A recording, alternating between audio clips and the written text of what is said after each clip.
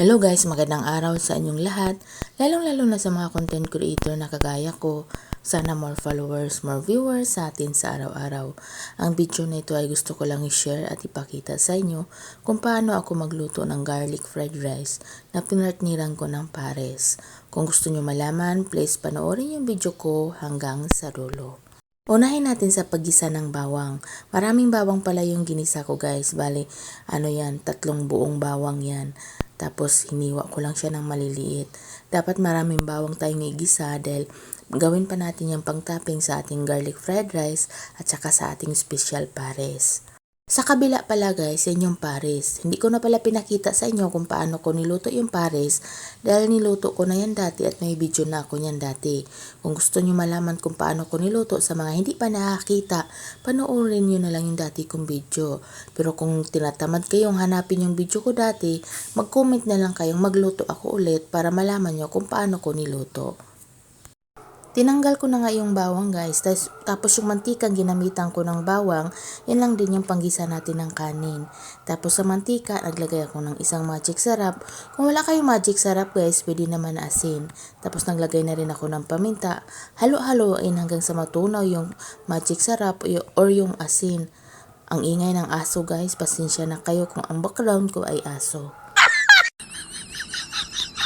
Tapos kung meron kayong lumang kanin, mas okay gawin yung pag garlic fried rice. Pero kung wala naman guys, pwede naman yung bagong kanin, okay lang din naman. Basta wag lang yung medyo malata-lata or basa-basa na kanin. Naglagay pala ako ng Knorr seasoning guys. Kung wala naman kayong Knorr seasoning, pwede naman yung toyo na silver swan or dato puti. Tapos kung wala rin, pwede din kayo maglagay ng sesame oil para lalong mabango ang ating garlic fried rice. Hindi nga ako nakalagay ng sesame oil dyan guys dahil naubusan kami ng sesame oil. Pero kung merong sesame oil, lalagyan ko talaga yan. Dahil mabango ang garlic fried rice o kahit anong fried rice kapag merong sesame oil.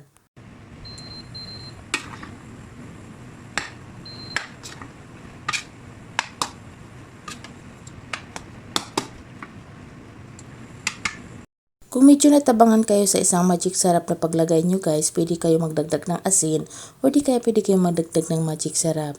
Pero dapat alalay lang tayo sa asin, mahirap na magkasakit sa bato. Wala pa naman tayong pera.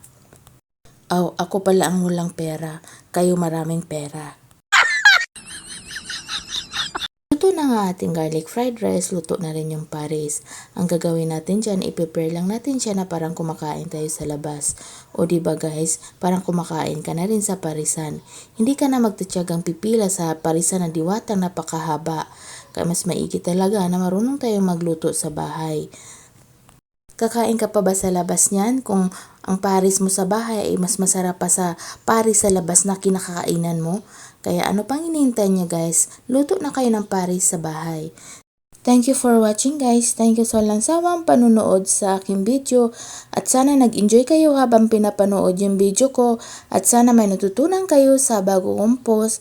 Thank you sa walang sawang pagsuporta sa akin guys. Kahit na minsan hindi ko kayo na-replyan. Pero pag may oras ako, re-reply talaga ako. At thank you sa pag-comment, sa like, lalong-lalo na sa pag-share at sa pagbibigay sa akin ng star. Lalong na sa mga star senders ko. Maraming salamat. Thank you and God bless sa ating lahat guys. Bye-bye. Ready to eat na tayo guys. Bye-bye ulit.